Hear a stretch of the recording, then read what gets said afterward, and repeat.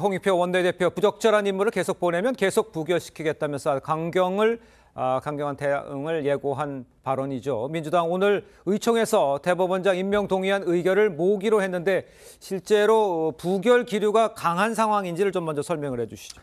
네, 그런 것 같습니다. 그렇습니까? 예, 그 인사청문회 간사인 의원께서 이전에 그 의총에서 부적격한 인사다라는 의견을 개진한 거로 제가 알고 있고요.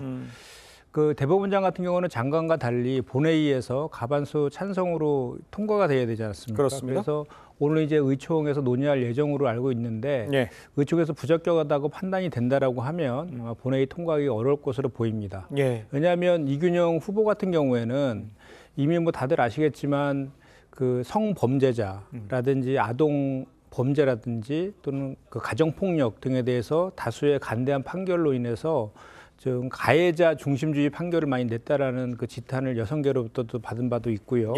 그다음에 이제 역사 인식이 부재하다. 그래서 그 이안부 할머니들의 이안부에 대해서 자발적 매춘이라는 거에 대해서 내가 직접 경험해보지 몰랐다라는 등, 그리고 또 1948년 건국론을 주장하는 등 역사 인식도 되게 부재하다. 이 외에도 뭐 10억 원에 달하는 재산을 미신고하거나 또는 그 증여세 탈루 의혹도 있고요. 더군다나 공정성에 시비일 수 있는 아빠 찬스의 의혹까지 더해지고 있어서 의혹 자판기 후보라는 그런 이제 그 얘기까지 나오고 있는 이런 상황이어서 통과가 되기는 쉽지 않은 그런 분위기인 건 맞는 것 같습니다. 알겠습니다. 사법부 수장 공백에 대해서 우려를 해주심과 동시에 성향이 맞으면 이번에는 사법부 독립 같은 걸 고려했을 때 흔쾌히 좀 해주는 게 좋지 않겠느냐 이런 지적 같으신데요.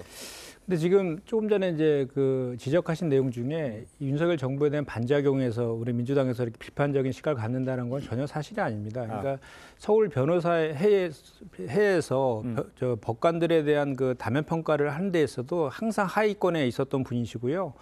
법원 내부 프로세스 망에도 법관으로부터 비판적인 글들도 많이 올라오고 있다는 점. 그리고 지금 이분에 대한 그 인사청문회의 간사는 소위 말하는 비명계로 불리는 그런 의원이 이제 맡고 있기 때문에 이거는 뭐 반명 비명 간에 이런 이견이 있는 그런 내용들도 아니다. 이 후보자의 적합성에 대한 판단을 이제 객관적으로 하고 있는 것이다라는 말씀을 좀 드리고요.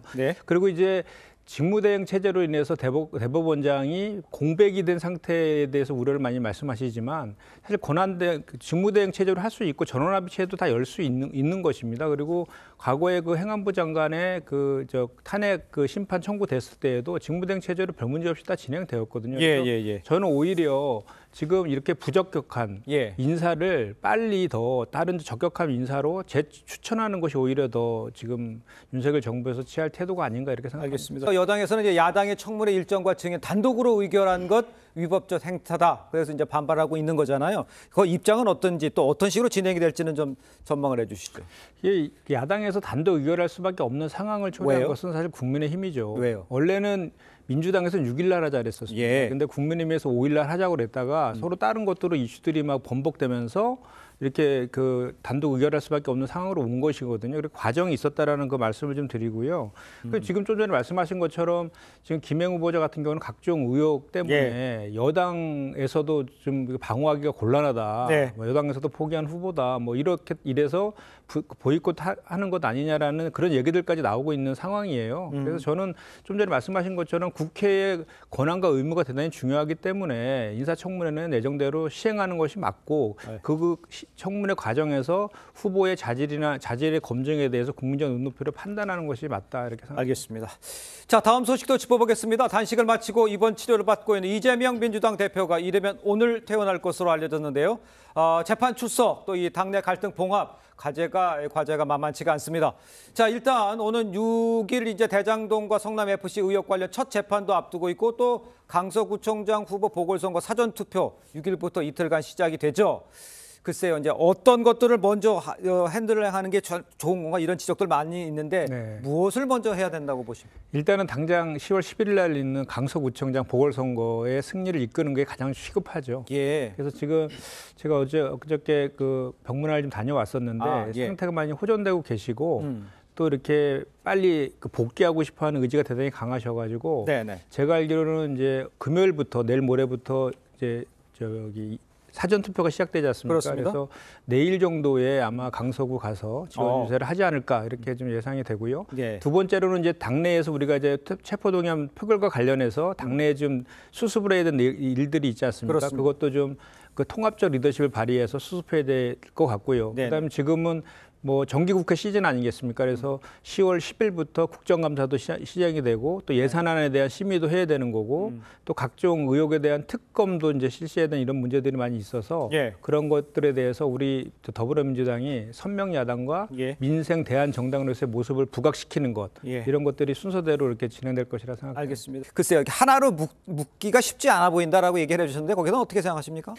그러니까 당내에서 민주성과 다양성은 존중이 되어야 됩니다. 네네. 그리고 이제 그런 걸 통해서 그 단합과 더 큰 민주당으로 나갈 수 있기 때문인데요. 예. 또 반면에 그 무조건적인 반목과 불신은 또 이거는 그 당에서 또 그걸 그냥 두어서도 또 안 되는 그런 문제이거든요. 예. 이 두 가지를 잘 조화를 시켜야 되는데 지금 지난번에 이제 보면은 저희가 당론은 아니었지만 가결표 던진 거에 대해서 당론은 아니었지만 그 의총이라든지 중앙위에서의 결의안으로 네. 채택된 내용이거든요. 그 결의에 반해서 차도살인을 하듯이 가결표를 던진 건 분명한 사실이거든요. 네. 그래서 그거에 대해서 지금 이제 그 홍익표 원내대표가 그런 얘기를 했죠. 이제 원칙과 기준에 따라서 예. 윤리심판에서 이거에 대해서 이제 그 심사를 할 것이다, 심사가 진행될 것이다라고 얘기를 했어요. 그래서 그런 절차들이 좀 진행되지 않을까 예상이 되고요. 네네. 이재명 대표 입장에서 보면은 제가 좀 전에 말씀드린 것처럼 어쨌든 헌법 기관에서 소신껏 무기명 투표를 한 것 아니겠습니까? 그러니까요. 그렇다면 소신껏 본인들이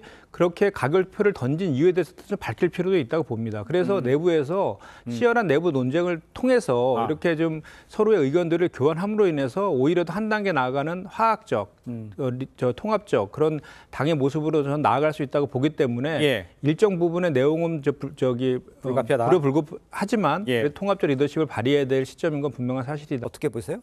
일단 그런 관점으로 얘기하시는 분들이 이제 특히 여당 패널 본 적이 많이 계시던데 일단은 저희는 시스템 공천이 갖춰져 있는데 예. 이 공천하는 그 과정이 두 가지로 나뉘거든요. 심사 단계가 있고 경선 과정이 있습니다. 예. 심사 과정에서 각종 이제 뭐 여론조사도 하고 면접도 보거든요. 거기에서 이제 부적격 기준에 해당하는지 여부도 이제 판정을 하는데 예. 거기에서 통과가 되면 이제 경선이 돼요. 네네. 그런데 기본적으로 이 경선에서 불이익을 준다는 것은 그 경선에서의 불이익이 아니라 심사 단계인데 이미 심사 단계에서 경선 단계로 넘어가면은 예. 현직 의원들이 대단히 큰 메리트들을 가지고 있어요. 예. 그래서 5대5로 경선을 하는 시스템이기 때문에 오히려 신인들의 그런 그 진출들이 많이 막혀 있기 때문에 그걸 혁신안으로 제시하고 있는 이런 상황이기도 하거든요. 네. 그렇기 때문에 뭐 공천 과정에서의 불이익이 현실적으로 이렇게 아니다. 가능하지는 않다 이 말씀드립니다. 알겠습니다.